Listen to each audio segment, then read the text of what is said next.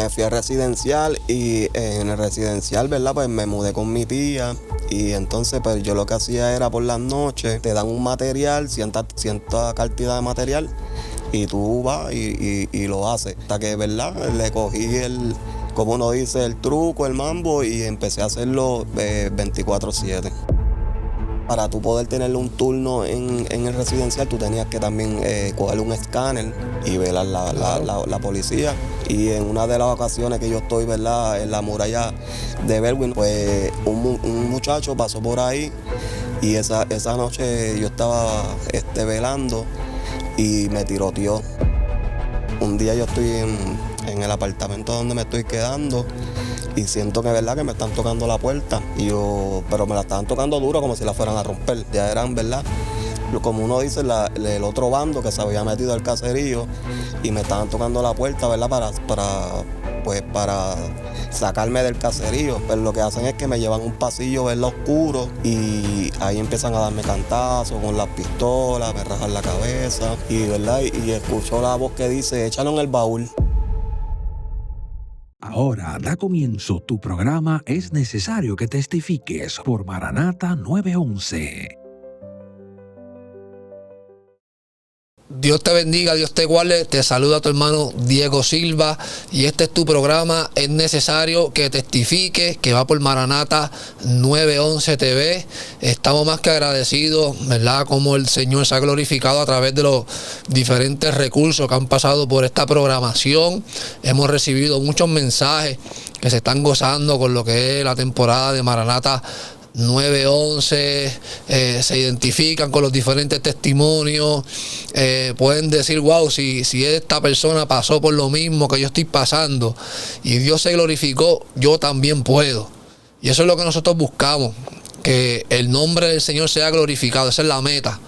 Pero también resaltar, ¿verdad?, las vivencias de las diferentes personas que pasan por aquí, para que usted pueda entender que Dios es fiel a sus promesas, que Dios es capaz de hacer, que Dios es capaz de escoger de lo vil, de lo menospreciado, que Dios es capaz de cambiar los nombres. Y ese es el propósito y la meta de esta programación.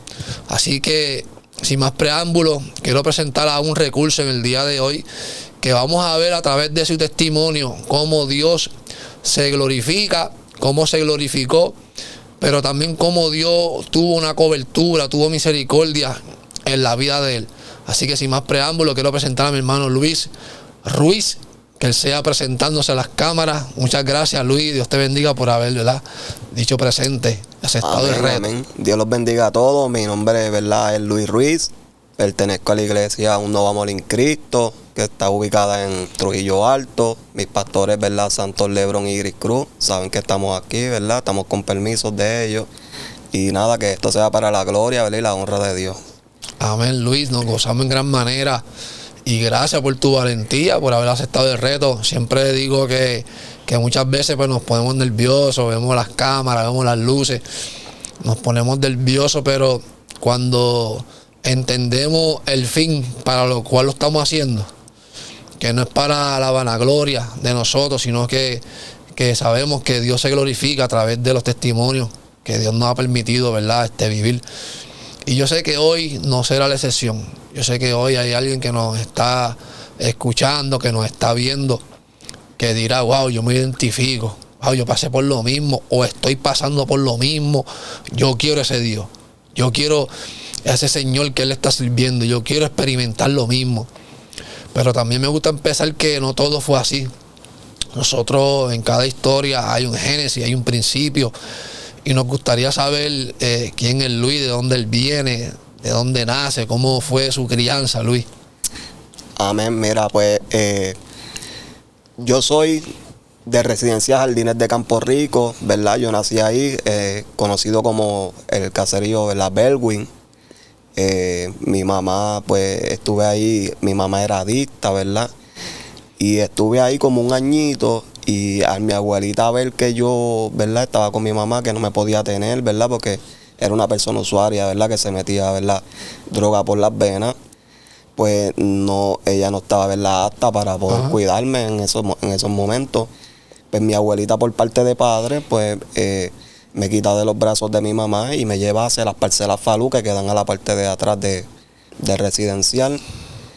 Y mi abuelita me crió y tuve una infancia muy bonita con mi abuela. Mi abuelita siempre me daba lo mejor, me trataba, ¿verdad? Era el único nieto varón que ella tenía. Siempre me hacía los mejores cumpleaños. Siempre me compraba todo lo que yo necesitaba, ¿verdad? Y tuve una infancia bastante buena con ella, ¿verdad? Porque a pesar de que no me crié con mi mamá ni mi papá, porque mi papá siempre estuvo preso en la prisión, ¿verdad? En el antiguo, ¿verdad? Oso Blanco. Y ella pues cogió esa responsabilidad de verdad, de cogerme, ¿verdad? Y a mí y a mi hermanita y criarnos de una manera muy, muy, muy buena. Sí, que estamos viendo que ya viene marcado, pues tu papá no está presente, padre ausente, que por sus malas decisiones no está, tiene que estar cumpliendo por ellas, pero también añadiéndole, pues la persona que es tu mamá, pues está en una adicción a droga. Entonces nosotros sabemos que cuando uno tiene una adicción no está en su juicio cabal. Tú no puedes hacer la función o asumir el rol que tienes que asumir. Vemos que las personas cuando utilizan la sustancia, pues no son ellos. Número uno, tienen una atadura y por más que ellos intentan no van a poder. Y lo vemos, ¿verdad?, reflejado en la conducta de tu mamá. Amén. Lo primordial para esas personas es, lo primordial es curarse, ¿verdad? Como uno dice, estar en el vicio. Y pues ¿verdad? Los que tienen hijos y eso, pues los dejan en segundo plano. Porque es que la droga es algo, ¿verdad?, malo, ¿verdad? Y a mí me hubiese gustado haberme criado con mi mamá, ¿verdad? Y haber sentido ese amor de madre, aunque mi abuela me lo reflejó igual, ¿verdad? Como si fuera una madre, claro, ¿verdad? Pero yo entiendo que no es lo mismo, ¿sabes? Tú criarte con tu mamá, ¿verdad?, biológica, a que tu abuelita te críe con el mismo cariño y el mismo amor, pues me hubiese gustado mucho criarme con ella. Sí, porque por más que nosotros tengamos las personas que nos cuiden, como yo siempre digo, mami es mami, papi es papi, ¿sabes? No hay, nosotros como hijos demandamos o esperamos mucho de ellos y es lo que le corresponde hacer. Pero entonces ya estamos viendo que a tu edad pues estás viviendo un momento bien difícil, el cuadro tuyo es difícil porque pues, no tienes a tus papás presentes. Amén, amén. Mira, lo que pasó fue que yo tenía familiares en el residencial Bellwin y mi abuelita los fines de semana me dejaba ir al residencial para que yo estuviese con ¿verdad? Con mis tías, mis primos, porque toda mi familia era por parte de madre, era de ahí, del residencial. Y cuando yo iba al residencial, pues yo veía que mis primos hacían cosas que yo no podía hacer en casa de mi abuelita porque mi abuelita era muy estricta. Entonces, pues en el residencial mis primos ya se acostaban más tarde, hacían lo que querían, tenían cosas que yo, ¿verdad? Pues a lo mejor mi abuelita sí me daba las cosas, pero habían cosas que ella no me podía dar. Y empecé yéndome un viernes, regresaba domingo, en casa de mi abuelita, me llevaban, pero ya los días se iban alargando. Ya me iba viernes, después viraba un lunes, después me iba un viernes, viraba un miércoles, hasta que, ¿verdad?, literalmente me mudé hacia el residencial Bellwin. ¿Esa edad, que más o menos la edad que tenía? Esa edad yo tenía entre 15 o 16 años más o menos por ahí. Sí, que ya empieza uno a experimentar lo que es el mundo, esa edad que le conocen como la edad de los teenagers, que es una edad un poco complicada, que todavía uno no sabe ni por dónde va, o la identidad que uno tenga, y entonces el panorama cambia porque ya tú estás anhelando otras cosas, ya no quieres las reglas. Estamos identificando las reglas. Mi abuela era un poco estricta. Sí, bastante estricta. No queremos correr por las leyes de nadie. Queremos ver o vivir según lo que vemos. Y ya estabas viendo a tus primitos que tenían cierta libertad. Yo las quiero vivir también. Hasta que empieza, pues entonces vive y empieza a vivir en el residencial. Me fui al residencial y en el residencial, ¿verdad? Pues me mudé con mi tía. Y entonces pues yo lo que hacía era por las noches, empezaba a coger rebotes, como uno dice, ¿verdad? En el bajo mundo, cuando te dan un material, cierta cantidad de material, y tú vas y lo haces. Pero lo hacía por las noches, por temor a que me viera alguien, ¿verdad?, que me conociera y se lo dijera a mi abuelita de que yo estaba, ¿verdad? Porque a pesar de todo, yo me había ido de mi casa, pero yo la respetaba mucho. Si Porque, uno no la quiere herir. claro, entonces pues lo empezaba a hacer por las noches hasta que, ¿verdad? Le cogí como uno dice, el truco, el mambo y empecé a hacerlo 24/7. Empecé a vender droga 24/7, empecé, ¿verdad? A comprarme mi ropita cara, empecé a tener mis prendas, empecé a tener, ¿verdad? Todo lo que, ¿verdad? Un joven cuando está en el bajo mundo, pues lo que anhela, porque cuando uno está, ¿verdad? Uno dice que uno está en el bajo mundo, pues uno lo que anhela es tener sus prendas o sus motoras, ¿verdad? O sus cositas, su buen carro. Y empecé a experimentar todo eso, empecé a meterme en las drogas, empecé con marihuana, de las marihuanas pues uno brinca, ¿verdad? A lo que es la Percocet, a lo que es, ¿verdad? Son las palis, y uno empieza a usar, ¿verdad? Todo cierto tipo de sustancias. Cuando tenías esa edad, que estabas empezando a vivir la vida y que va el cambio de etapa, de niño, de juvenil a joven, ¿la palabra del Señor escaseó o en algún momento escuchaste un culto, iba alguien y te predicaba? Siempre habían personas que llevaban la palabra, siempre habían personas que, ¿verdad? Que me llevaban la palabra, pero, ¿verdad? Uno cuando uno está en esa rebeldía, ¿verdad? Cuando uno está en ese mundo, pues eso es lo menos que uno quiere. Uno le huye a esas personas, ¿verdad? Que saben que te vienen a traer la palabra y uno los ve por aquí y uno se mete por el otro lado. Uno los ve anticuados, dice, ahí vienen esta gente otra vez, vienen los aleluyas, sin saber que esas personas lo que nos estaban dando era la solución.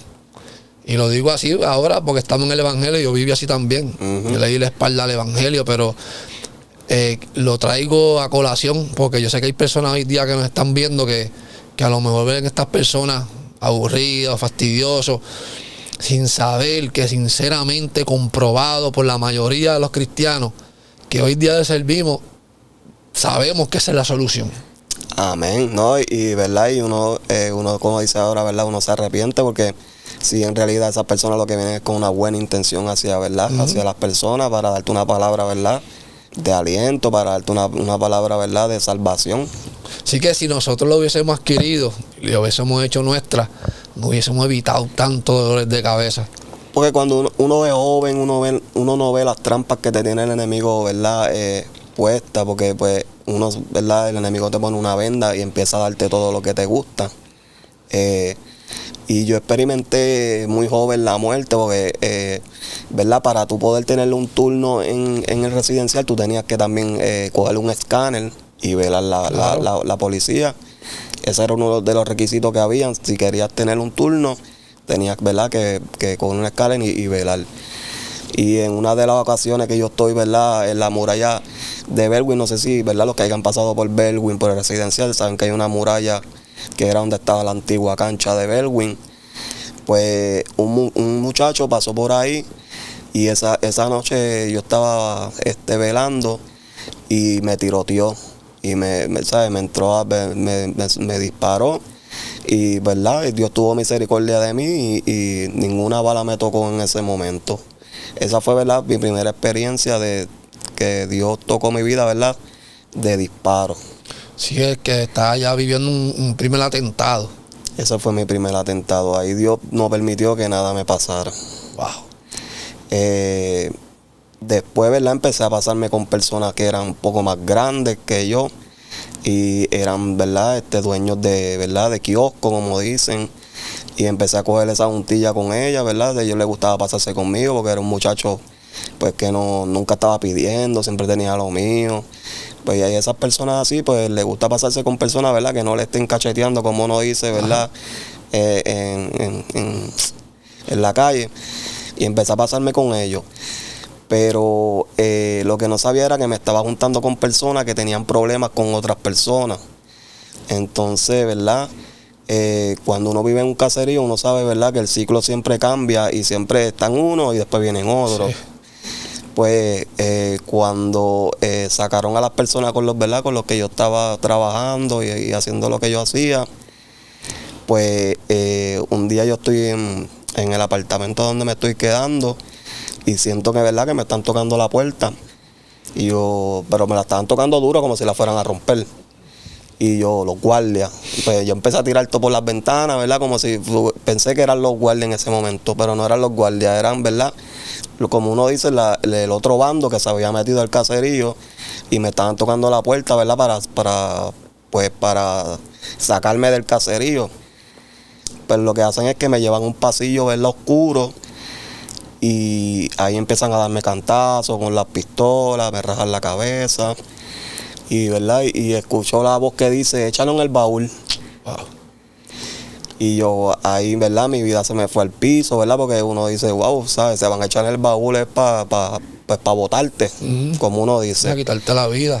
Claro, entonces, pero escuché una voz que estaba metido dentro del pasillo, que nunca vi quién fue, ¿verdad? Quien lo dijo, que le dijo a la persona... no sé si puedo mencionar la persona, ¿verdad? Porque la persona ya es una persona bien reconocida, pero ella falleció. La persona era Omisán, le dice, famoso Omisán.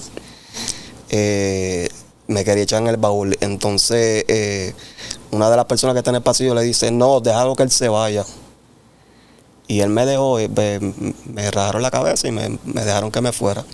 Pero yo entonces pues me mudé.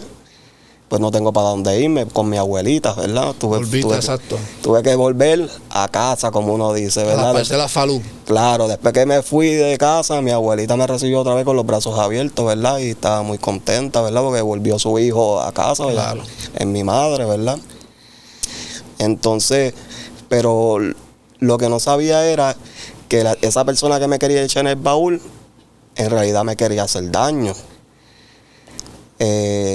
Pues yo me quedo en las parcelas con mis primos, ahí empiezo a hacer, ¿verdad? A buscar otra vez del mundo, empiezo a hacer, ¿verdad? Maldades con ellos, empezamos a, ¿verdad? A asaltar, ahí, ¿verdad? Abrimos, ¿verdad? Lo que son kioscos, como uno le dice en la calle, pues, empezamos a hacer cosas, ¿verdad? Que no son agradables delante de Dios, pero esa persona, ¿verdad? Que me quería matar a lo primero, todavía, ¿verdad? Tenía ese rencor hacia mí y todavía pues no sabía ni reconocía que me estaba buscando, ¿verdad? Para poder hacerme daño. Y todo el mundo sabe, ¿verdad? Que cuando esas personas salían, todo el mundo sabe que cuando esa persona salía a hacer algo, era hacer desastre lo que salía a hacer. Entonces, pues, un día estoy en casa de mi abuelita, vistiéndome y eso, porque iba para casa de una amiguita. Y salgo, ¿verdad? En casa de mi abuela y antes de ir para casa de mi amiguita, pues me quería parar en el punto a comprar una bolsa de, ¿verdad? De pasto para fumar antes de estar con ella. Y yo siempre me paraba en casa de unos amigos, de unos supuestos amigos, ¿verdad? Antes de saludarlo y qué sé yo, pero ese día andaba con un poquito de prisa y seguí directo para comprar, ¿verdad? La sustancia que iba a comprar. Y me estaban esperando ahí en la casa de donde yo siempre me paro y me tenían todo ahí, ¿verdad? Preparado, me estaban esperando, ¿verdad? Para llevarme y matarme. Pero ese día no me paré. Wow. Y seguí. Pero cuando subo ¿verdad? Al punto de las parcelas Falú, que eso es una loma para arriba, cuando bajé con prisa y no me percaté que abajo ya estaban esperándome, ¿verdad? Esas personas con rifles, armas largas, ¿verdad? Para hacerme daño. Wow. Entonces, ¿verdad? En ese momento, lo único que escuché, ¿verdad? Fue cuando dijeron, este mismo es. Y lo único que vi fueron los destellos, ¿verdad? De las armas. Y pues ahí mismo caí al suelo. En ese momento no sabía, ¿verdad?, cuántos disparos me habían dado. Yo sé que, ¿verdad?, me dieron bastante.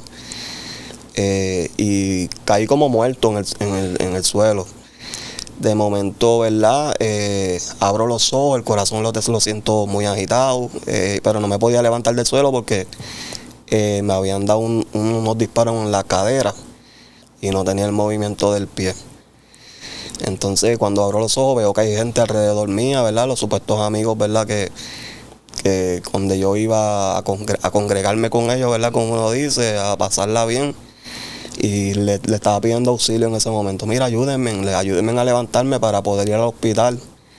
Y, ¿verdad? Y ninguno de ellos me dio la mano en ese momento. Ninguno se atrevió, ¿verdad?, a tocarme, ninguno se atrevió a levantarme, de las bastantes personas que ven allí. Hasta que, ¿verdad?, Dios puso en mi camino a un muchacho que yo había conocido en un antiguo trabajo. Y el muchacho, pues, al verme en el suelo, ¿verdad?, se paró con andaba con su esposa y su bebé chiquita en la parte de atrás en el calcín. Y él fue el que me recogió y me llevó al CDT de las Parcelas Falú. Y me dijo: Luis, te voy a dejar aquí, porque si después los guardias vienen me van a interrogar, me van a hacer 80 preguntas y, ¿verdad?, y no estamos para eso. Y yo: no te preocupes, gracias, por lo menos me trajiste al hospital, ¿sabes? Pues en el hospital ahí, como uno sabe, eso es un CDT, eso no es un hospital, ¿verdad? Eso no es centro médico. Pues a lo que llamaron la ambulancia empezaron a contarme los disparos, a virarme, me pusieron un suero y empezaron a contarme los disparos. Y mientras ella contaba, yo sé que contaba más de 14 impactos en la espalda, en la barriga, en los pies, en todos lados. Bueno, hicieron un colador conmigo. Y entonces, lo único que, ¿verdad?, que yo escucho al estando en emergencia es a mi abuelita afuera gritando: déjenme entrar. Y yo, ¿verdad? Y esos son los momentos que uno no mide las consecuencias, ¿verdad?, de lo que las familias, ¿verdad?, sufren cuando uno está en la calle, porque uno no ve eso cuando uno está en la calle. Los familiares, las madres, ¿verdad?, los padres son los más que sufren en esos momentos. Y de ahí, pues, me montan en la ambulancia y me llevan al centro médico. Y en el centro médico estuve más de 6 meses en coma. Me tenían en coma inducido, porque en realidad me habían explotado las tripas por dentro, se me había regado la caca por dentro, me habían tocado muchos órganos. Y, ¿verdad?, y para mantenerla aún estable, pues los doctores me dejaron en coma inducido por más de 6 meses. ¿Qué calibre fue lo que te impactaron? Me dieron con calibre de AR-15 y calibre de .40. Cuando, ¿verdad?, el que sabe de esos calibres, son calibres mortales, son calibres que son, como uno lo dice, fuertes, son calibres pesados, que hacen un gran daño en los cuerpos del ser humano. Y tú acabas de decirme que recibiste más de 15 impactos de esos 2 calibres. Aún así, estamos identificando, ¿verdad?, la misericordia de Dios contigo, porque la primera vez que hubo un atentado no tuviste ningún rasguño. Luego está el segundo atentado, que es cuando los muchachos van donde ti a sacarte, te agreden, te iban a llevar ese día también, pero Dios metió su mano y dijo: no es el momento. No es el momento. No te hicieron nada. Dios puso su mano, ¿verdad? Todo el que sabe, ¿verdad?, que cuando hay 3 personas, eran 3 personas disparándome a la vez. Es verdad, para que yo no esté contando este testimonio aquí, ¿verdad?, delante de las cámaras, pero Dios siempre tiene propósito. Gloria a Dios, y lo vemos y glorificamos el nombre de Dios, porque en medio de estas cámaras, en medio de nosotros, estamos viendo otro testimonio más. Estamos viendo cómo Dios, en su misericordia, tuvo misericordia de ti. ¿Sabes? Ese es Dios que escogió ese momento para preservar tu vida, porque son personas disparándote, llegan los impactos, pero también allá habían unas personas que tú conocías que no te ayudaron. Supuestos amigos, ¿verdad? Muchas personas piensan que tienen amigos y a la hora de la verdad son los primeros, ¿verdad?, que te dan la espalda. Y eso lo uso para resaltarlo. ¿Por qué? Porque en estos momentos eso es lo que se está viviendo hoy en nuestra isla, en las calles de nuestro país. Y en alguna manera u otra tienen que escucharlo, tienen que ver que en ese mundo no hay amigos. No hay amigos. Me vieron desangrándome en el suelo, ¿verdad? Y yo pidiendo auxilio, socorro. Nadie te extendió la mano, nadie hizo ni un aguaje. Ninguno extendió la mano, solamente esa persona, ¿verdad?, que pasó con su familia y, ¿verdad?, Dios puso en el corazón que me recogiera, ¿verdad?, del suelo. Mira eso, varón, porque yo sinceramente y ahora estoy en el evangelio, y si lo tengo que hacer lo haré. pero es difícil porque él anda con su esposa y anda con su hija. Yo como padre puedo decir, lo hago o no lo hago, estoy con mi hija, este hombre está tirado aquí, ¿sabes? A lo mejor lo hago, a lo mejor no por protección, como por mi rol de protector.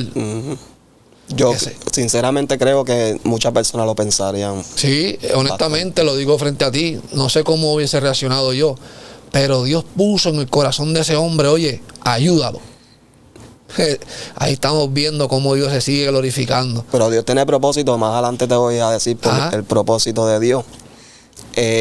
Cuando me levanto del coma, que me veo, ¿verdad? Cuando uno se levanta del coma, me veo que tengo 20 cosas, tenía una bolsa de hacer excreta, tenía una bolsa, ¿verdad?, de orinar directamente a la vejiga, porque uno de los disparos me había dañado o había roto el canal del orín y no se me podía poner, ¿verdad?, lo que se llama el Foley por las partes íntimas, y me lo habían puesto directamente. Yo tenía un robo, tenía un montón de cables por todos lados. Los doctores deciden darme de alta para mi casa con las heridas abiertas, porque le dijeron a mi abuela que estando en el hospital podía ser mucho más peligroso que yo estuviese en el hospital con las heridas abiertas, porque podía coger una bacteria y, ¿verdad?, y podía ser mortal. Pues mi abuelita decide llevarme para mi casa, ¿verdad?, y decide decirle a las personas que yo había fallecido. Y, ¿verdad?, pues con miedo a que fueran a mi casa y a rematarme, ¿verdad?, dentro de mi hogar.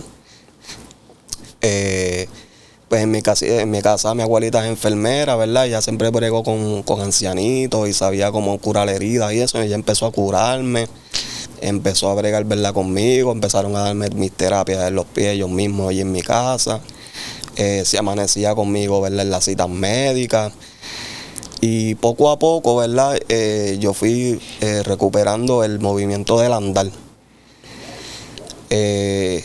Cuando empecé, ¿verdad?, a andar, no andar, ya poder sentarme en una silla de ruedas, pues ya la familia, mis tíos me sacaban a dar una vueltecita y eso, pero no me gustaba salir porque como, ¿verdad?, uno hace necesidades directamente, pues hay veces que, ¿verdad?, uno se come algo y el cuerpo ¿verdad?, pues hacía mis necesidades en bolsa y eso trae mal olor. Entonces, una vez andaba con mi familia y una de las personas que andaba dijo, ay, fue apesta.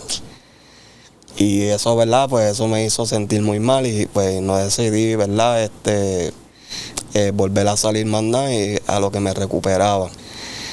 Pues después de la recuperación solté la silla de ruedas, empecé con un andador, yo mismo en casa, ¿verdad?, dándome terapia. Eso todo fue en el entorno de mi hogar. Después del andador, pues cogí un bastón y cuando cogí el bastón, pues ahí empecé a salir otra vez para la calle. Entonces, cuando salí a la calle, la gente se asustaba porque me decían, pero tú no habías muerto, muchacho. Y yo, no, yo no estoy muerto, Dios me tiene aquí ¿verdad?, con un propósito. Pues en una de esas salidas, yo voy a la barbería a recortarme, ¿verdad? A mí me gusta siempre estar bien recortado y siempre me gusta, ¿verdad? Siempre voy a la barbería y me recorto. Y ese día en la barbería me encontré el muchacho que me recogió en el piso el día que me dieron los disparos y le estaba sirviendo a Dios. Wow. Y ese muchacho fue el que me hizo la invitación para ir a los caminos, ¿verdad?, a la iglesia. Me hizo una invitación para que fuera a la iglesia.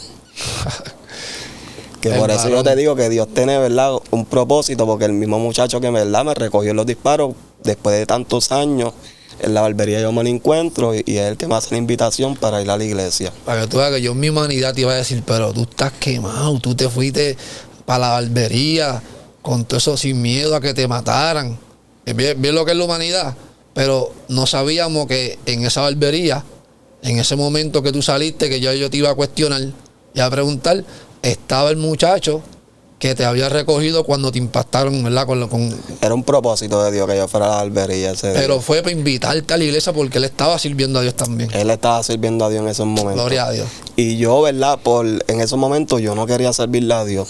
Yo estaba con un resentimiento, ¿verdad? Porque pues al uno verse en las condiciones que uno estaba, ¿verdad? Claro. Porque no es fácil tú estar bien y de momento, ¿verdad?, verte que no sirves para nada, ¿verdad? Como uno dice.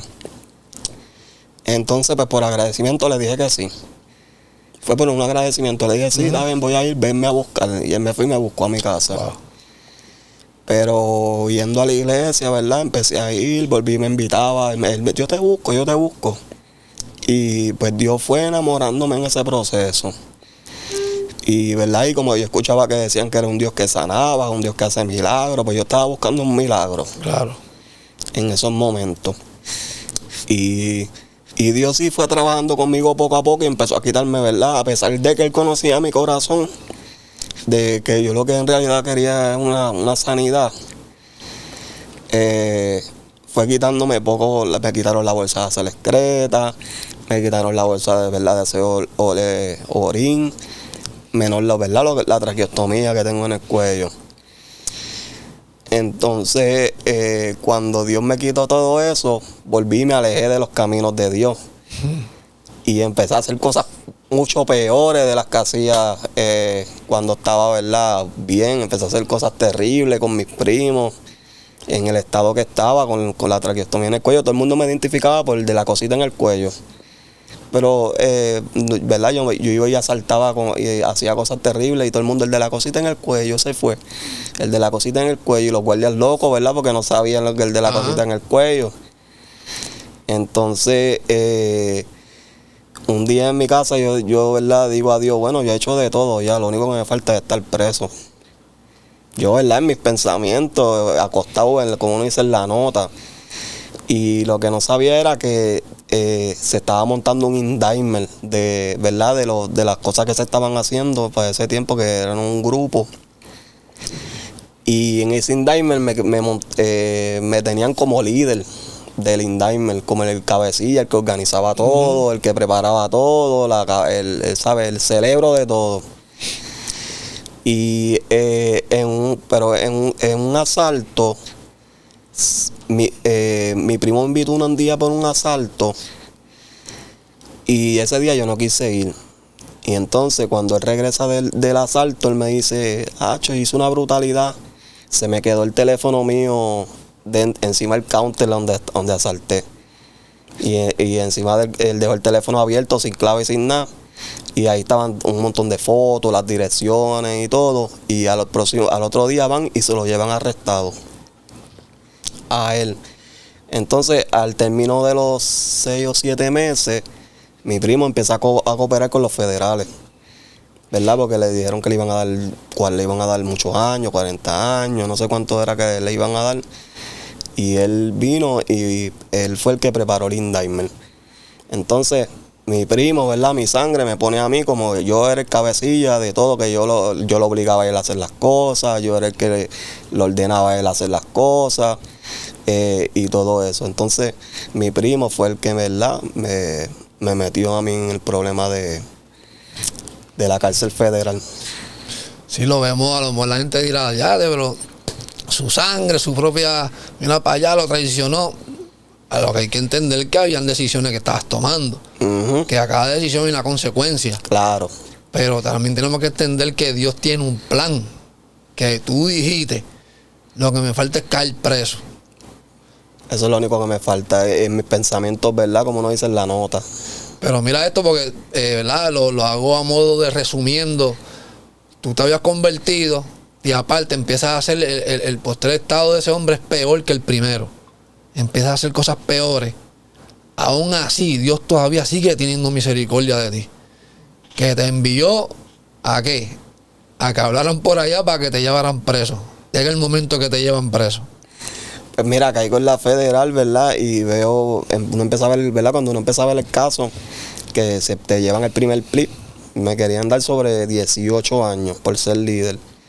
Y yo le dije al abogado, me pusieron un abogado porque nos querían dar la ley RICO por crimen organizado. Y yo le dije al abogado, pero es que yo no he matado a nadie, ¿sabes? Porque a mí me quieren dar tantos años. No, es que la ley RICO es así, la ley RICO es de 0 días hasta vida. Te pueden dar de 0 días hasta vida. Yo voy a firmar eso, 18 años, yo no he matado a nadie. Pues vengo después. pasa el tiempo, la federal es así, los abogados están 4 o 5 meses en ir a visitarte. Cuando vira con un plea de 12 años. Y yo dije, yo no te voy a firmar 12 años. O sea, yo no he matado a nadie, no voy a firmar 12 años. Y vuelve y se va y vuelve a negociar otra vez con, ¿verdad?, con el fiscal. Y hasta que me trae un plea de 8 años. Y ese plea, pues ya como ya yo he tenido cierto tiempo ya preso, lleva como casi 2 años, pues yo decido firmarlo. No seguir peleando, ¿verdad? Porque entonces la última opción era irme a juicio. Y yo sé que si me iba a juicio, ¿verdad?, se iba a sentar mi primo. Y entonces, pues ahí sí, ¿verdad?, pues me iban a dar un chorrero de años, muchos años. Pues permito, firmo, ¿verdad? Y caigo preso en la federal. Me envían hacia Texas. En Texas cuando llego, el primer día llegando allí ya tenía problemas, me enredé a pelear así, ¿verdad?, en la condición que me encontraba.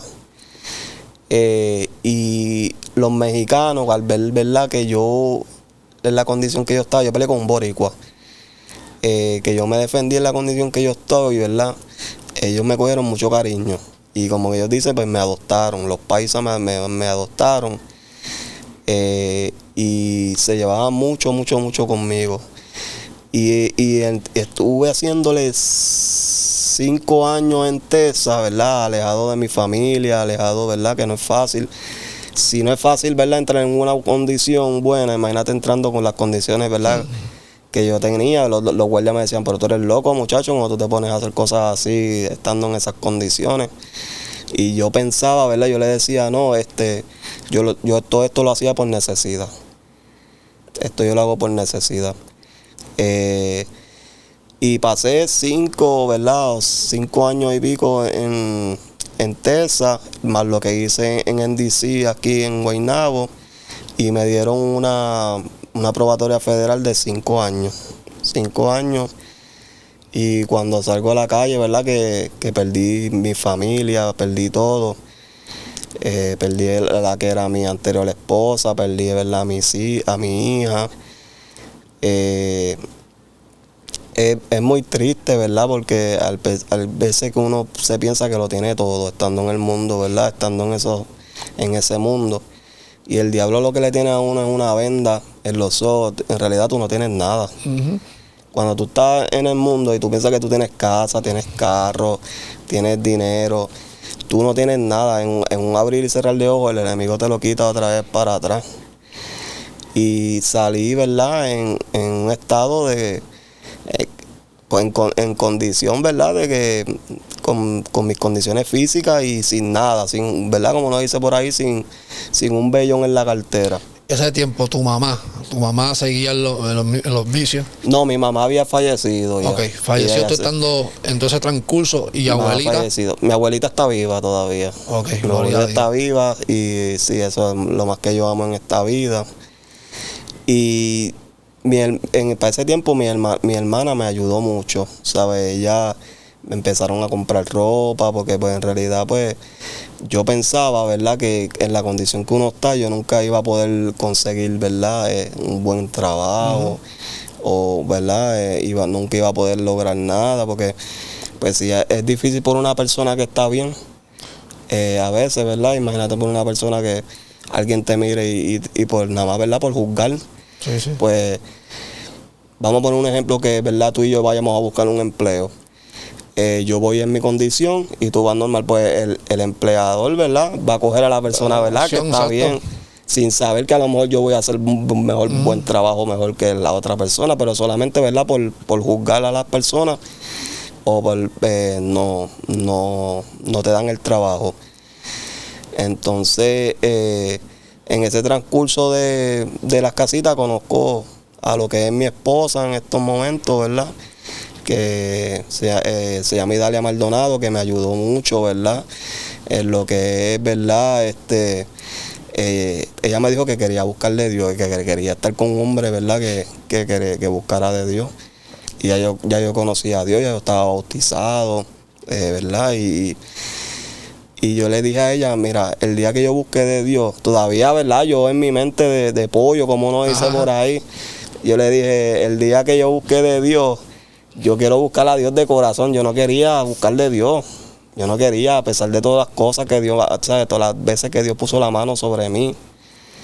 Y le dije, le puse la excusa, el día que yo quiero buscarle a Dios, quiero buscar de Dios de corazón, de verdad. Pues ella me dijo, pues no, pues lamentablemente no puedo estar contigo. Porque yo quiero buscar de Dios y quiero, ¿verdad?, seguir para adelante y cumplir los propósitos que Dios tiene en mi vida. Y nos dejamos. Yo me fui para en casa de mi hermana, yo me quedé por allá, nos dejamos. Entonces, cuando uno está alejado de esa persona, ¿verdad?, que uno ama, que uno quiere, ¿verdad?, que uno no la puede ver, esa persona, ¿verdad?, que Dios pone en tu corazón, pues me hizo recapacitar. Y yo le dije, voy a ir a empezar a visitar la iglesia. Voy a empezar a visitar la iglesia y empecé a ir a visitar la iglesia y Dios me enamoró nuevamente. Dios hizo un cambio terrible en mí que yo digo, Dios mío, ¿sabes? Dios tiene un propósito con cada uno de nosotros. Terrible. Dios me dio un buen trabajo, ¿sabes? Para la gloria y honra de Dios, yo trabajo, ¿verdad? Soy gerente de un hotel. Porque Dios cuando pone las cosas, Dios las hace. Sí, Dios las hace buenas. Entonces uno pensando, ¿verdad?, que uno no puede hacer las cosas porque es que el enemigo te pone esas trampas en la mente. Y Dios me dijo, yo te voy a acomodar todo al paso, ¿verdad?, como es, gloria a Dios. Y yo me siento hoy en día, ¿verdad?, a pesar de mi condición, de la ¿verdad?, de la traqueostomía que tengo en el cuello, porque si tú te fijas o tú has visto algunas personas, ¿verdad?, que la tienen, no pueden hablar bien. Por eso te dije, te necesitas agua, necesitas algo, puedes hablar, ¿verdad? Sí, que entonces, aunque tenga la dificultad. Los doctores me dicen, pero es que tú hablas bien, como tú hablas, ¿saben? Se te entiende, puedes expresarte claramente. Y yo les digo a ellos que eso es un propósito que Dios tiene, porque muchas personas que tienen familiares que la tienen me dicen, es que él no puede hablar, no se entiende. No se le entiende a las personas que en realidad tienen esto, no se le entiende mucho, ¿verdad?, lo que hablan. Y yo digo que Dios es bueno, que Dios tiene un propósito, con algún propósito Dios está dejando que yo pueda hablar, ¿verdad?, claramente, pero es para que yo lleve el testimonio, ¿verdad?, de que hay un Dios, ¿verdad?, que a pesar de si estás en una cama, ¿verdad?, postrado, o si estás, ¿verdad?, pasando por alguna situación, Dios tiene propósito con cada una de esas personas. Y a veces uno tenemos que mirar hacia atrás y ver que hay personas que están en peor estado, ¿verdad?, que uno. Y a veces cuando ven a uno, que uno, ¿verdad?, uno echa para adelante, uno tiene su trabajo, uno tiene una esposa, ¿verdad? Porque no toda mujer le gustaría, no que no le gustaría, sino que se atrevería a estar, ¿verdad?, con un hombre que a lo mejor tenga una condición, porque es fuerte. Y eso uno lo entiende. Yo pasé por muchos procesos, ¿verdad?, con mujeres de que me rechazaban, otras no, otras sí. Pero yo le doy la gloria a Dios porque pues una mujer, ¿verdad?, muy buena a mi lado, gloria a Dios. Y siempre va a haber una persona que está peor que uno y quiere estar en la posición que tú estás. Porque esa lesión me la dio un joven a mí en el hospital. Un joven en el hospital, yo fui a una cita médica y él estaba sentado y me llamó. Y yo fui donde él caminando y le dije, ¿en qué te puedo ayudar? Y él me dijo, esas son las palabras que me dijo, no te abochornes como tú caminas. Ojalá yo pudiera caminar como tú. Y ese día, ese joven me dio una lección a mí que se me fueron todos los complejos que yo tenía en mi vida. Porque en realidad, ¿sabes? Él deseaba caminar. Una persona estaba en la silla de ruedas y yo caminando cojito me abochornaba. ¿Sabes? A veces no salía para los sitios, me tapaba el cuello con 20 trapos para que la gente no me viera lo que tenía en el cuello. Y Dios siempre tiene un propósito con cada una de las personas, ¿verdad?, que tienen testimonio. Y te hace pasar por este proceso, ¿verdad?, y por esta situación para que tú puedas llevarle a esas personas, ¿verdad?, de que crean que hay un Dios, de que crean que hay un Dios que levanta, de que crean que hay un Dios que restaura, de que crean, ¿verdad?, que hay un Dios que tiene propósito con cada uno de nuestras vidas. Gloria a Dios, yo estoy aquí gozándome en gran manera y hemos visto cómo todos esos salvavidas que Dios te tiraba y tú no los cogiste, y tú ahogándote y Dios zumbándote salvavidas y tú no los cogiste, hasta que llegó un salvavidas que es Idalia Maldonado. Amén. Que Él lo utilizó como un salvavidas.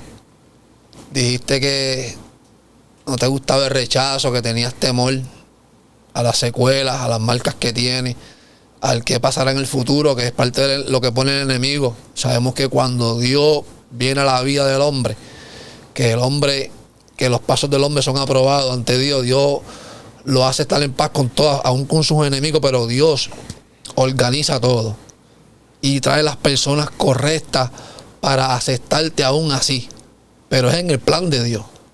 Lo vemos que conoces a tu esposa actualmente, a tu actual esposa, en las medias casas. En las medias casas, donde comenzó una nueva vida, te organizó tus pasos, ordenó tus pensamientos. Hoy día eres gerente.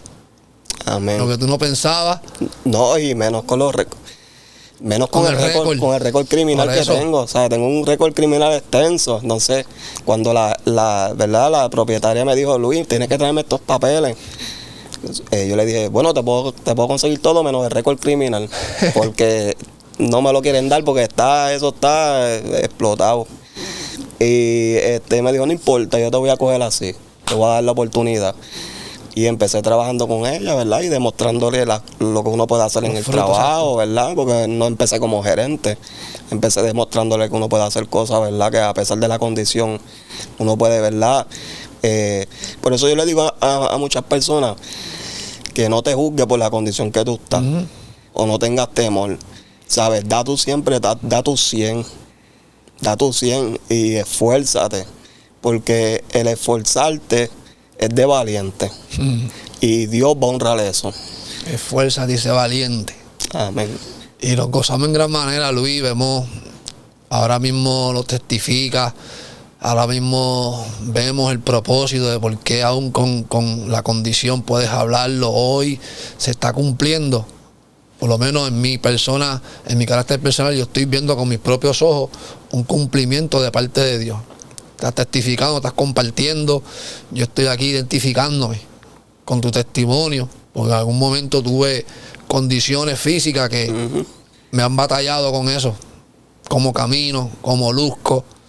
Me van a querer cuando salí de la cárcel, y también Dios organizó, me puso una mujer que me ama, aún con mis condiciones. Amén. Un trabajo que puedo ejercerlo, pero sobre todo estamos viviendo en el propósito de Dios. Claro. Cumpliéndose, lo vemos ahí. Hay que decirle a todos esos jóvenes, ¿verdad?, que nos molestan en una condición o no se atreven a buscarle de Dios, de Cristo, que den el paso, que se atrevan a dar el paso, porque Dios tiene cosas bonitas con cada uno de nosotros. Solamente tenemos que atrevernos a dar el paso y dejar que Dios obre en nuestras vidas. Amén, amén. Y eso es lo que nosotros queremos transmitir a través de estos testimonios que tenemos semanal, y a través de este testimonio, en el caso tuyo. Solamente a mí me puedo decir gloria a Dios, de verdad, gloria a Dios. Amén. Tuvo misericordia de ti, como la ha tenido con todos, pero varón, Dios te ama. Yo sé que Dios ama a todo el mundo, pero Dios te ama mucho. Amén. Porque preservó tu vida. Dios tiene un propósito bonito conmigo, yo lo sé, ¿verdad? Yo no sé lo que Dios tiene, ¿verdad? Porque eso lo sabrá Dios. Pero Dios ¿verdad?, a través de diferentes personas me lo ha dicho. Te voy a empezar a abrir puertas, pero es en mi tiempo. Exacto. Es en mi tiempo, yo te voy a abrir puertas en mi tiempo. Y yo le creo a Dios, ¿verdad? Porque si hasta ahora Dios me ha preservado aquí y me ha tenido con vida, es con algún propósito. Solamente tenemos que esperar en Él. Claro está, Dios no te libró de la muerte para que mantenerte en silencio. Claro está, en el orden de Dios, en el tiempo de Dios. Pero como dice el programa, es necesario que testifique. Amén. De las grandezas del Señor Jesucristo. Así que, Luis, las últimas palabras, el tiempo ha corrido, ya para culminar lo que es el testimonio. Amén, amén. No, ¿verdad? Uno nunca va a poder dar su testimonio completo, ¿verdad? Yo lo que traté fue de resumir, ¿verdad? Algunas cosas de mi testimonio, gloria a Dios. Pero yo le quiero decir a esos jóvenes, ¿verdad? Que a lo mejor se encuentran en una cama, en una silla de ruedas, ¿verdad? O que piensan, ¿verdad? Que no son útiles en la sociedad, que pongan su mirada en Cristo. Porque Cristo va a hacer cosas bonitas con cada uno de ellos. Cristo los va a levantar y Cristo los va a restaurar y Cristo les va a cambiar el nombre a cada uno de ellos y lo va a usar para su gloria. Amén. Hoy lo estamos viendo con nuestro hermano Luis Ruiz, de lo que Dios ha hecho en su vida y de cómo Dios ha organizado toda su vida. Luisito, gracias. Amén, un placer. Adelante. Un placer y Dios los bendiga mucho a todos. Amén. Gracias, papá. Y muchas gracias a cada uno de ustedes por habernos acompañado en este episodio de Es Necesario que Testifique, que va por Maranata 911. Dios te bendiga y Dios te guarde.